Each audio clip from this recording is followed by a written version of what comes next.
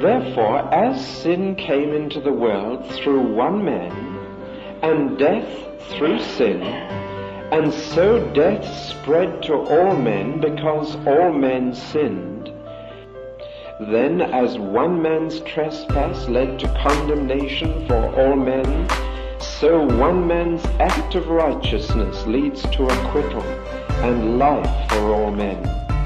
For as by one man's disobedience many were made sinners, so by one man's obedience many will be made righteous. A writing of the Jews between the Old and New Testament says this: O Adam, what have you done? For though it was you who sinned, the fall was not yours alone, but ours also who are your descendants. O Adam, what have you done? From Adam's one act, death spread to all men because all men sinned.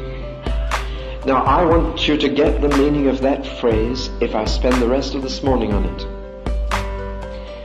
You must get this phrase right in your understanding to understand the rest.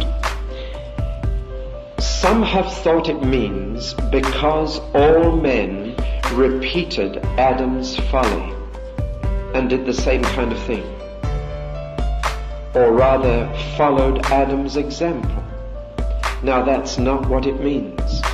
What it does mean is this, and I'm afraid your mind will find this difficult to accept at first, and the natural mind, the unbelieving mind, can't possibly accept it. It means this, that in Adam, in fact, we all did sin, that in that one act the whole of humanity was included, that if no other sins had ever been committed, the whole human race had in fact sinned in one man.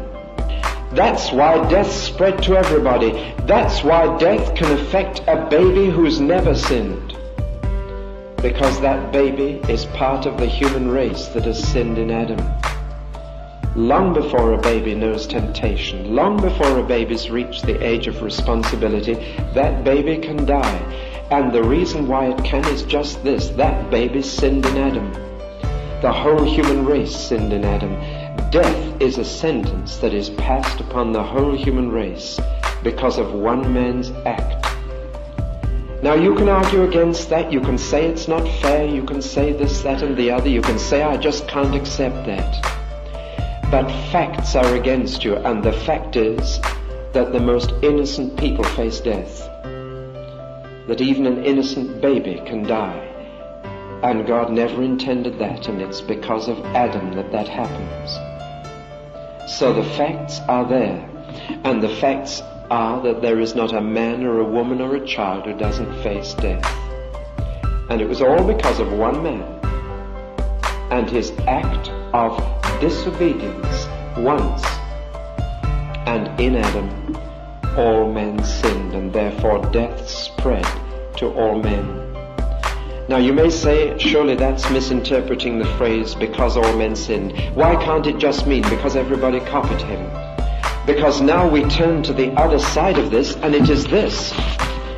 On exactly the same principle, through one man's act of obedience at one time, everybody related to him is righteous and can have life.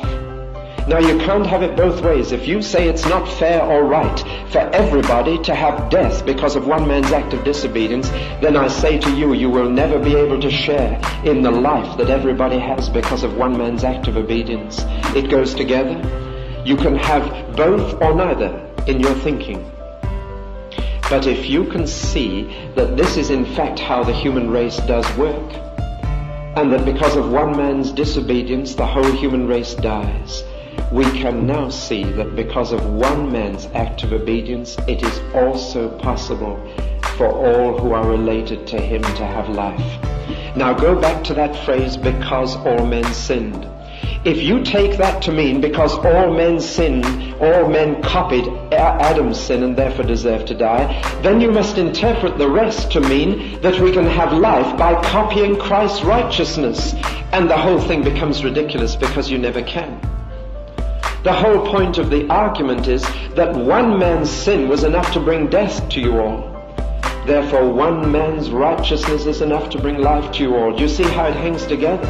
You cannot believe the second unless you believe the first. Unless you believe that we all have death because of one man's single act of disobedience, we cannot believe that many can have life because of one man's single act of obedience. And yet that is the truth. I have life not because I've copied Christ's righteousness, but because I'm in Christ. Just as my body dies, not because I've copied Adam's sin, but because I'm in Adam. You see the difference? And therefore all of us in this church are either in Adam or in Christ this morning. We're either going to die because of Adam or we're going to live forever because of Christ. And it will not be because we copied them, but because we were in them.